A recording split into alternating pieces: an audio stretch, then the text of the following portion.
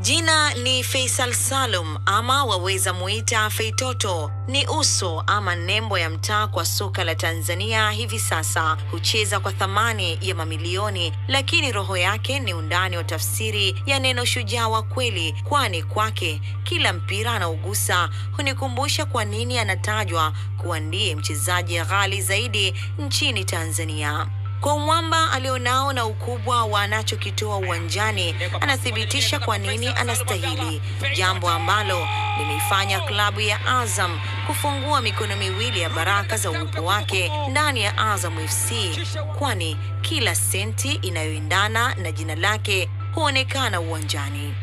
Mchezaji wa gharama ya dhahabu, na tathmini yake haiwezi kupimwa kwa kiasi cha fedha pekee, kwani wingi wa utu, urafiki pamoja na huruma alionayo humfanya kuwa zaidi ya mchezaji pindi awapo uraiani.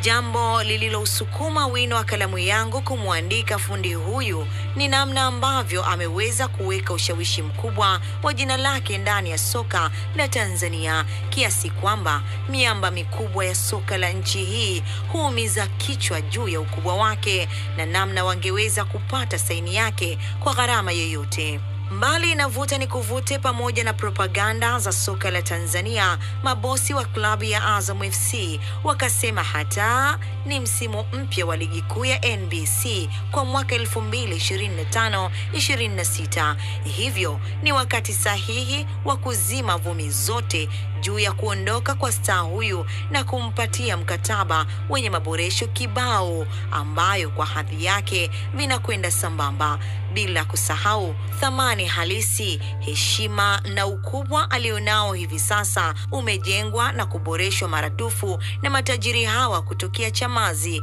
Kamwe msisahau hili. Thamani ya mchezaji huyu imetokana na ubora wake kiwanjani, ambayo kwa sifa ya matumizi makubwa ya akili pamoja na nguvu alizofungasha miguuni mwake humwezesha kupiga mashuti makali ambayo mpaka wapinzani hubaki midomo wazi.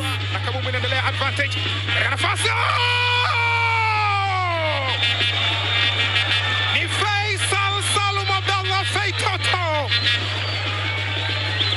anaandika bao la kwanza la kideo. Mpira mzuri, pasi nzuri, fashion pass, akaiunga moja kwa moja. What a goal! Ukamshinda golikipa Ramadhan Chalamanda.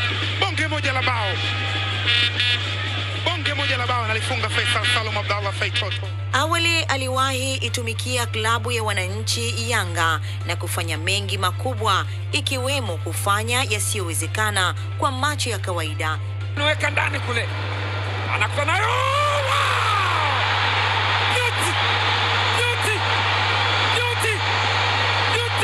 Faisal Salum, ile cutting ni ya kuua kabisa. Lakini hatma haikimbiwi, hivyo ilichukua nafasi yake na mtaalamu huyu akaanza maisha mapya ndani ya Azam FC, huku baraka za Mwenyezi Mungu alizompa za uwezo mkubwa wa kipaji alichompendelea ni sawa na kusema ni injini inayowasha ubongo wa timu kwa dakika zote 90. Huwa na kawaida ya kudhibiti mchezo kama maestro kwa kupangilia kasi pamoja na mtindo wa timu inavyokwenda kwa namna anavyotaka. Ana macho ya kuona mashimo ya pasi ambayo wengi hawayaoni. Huyu ni fundi kweli kweli.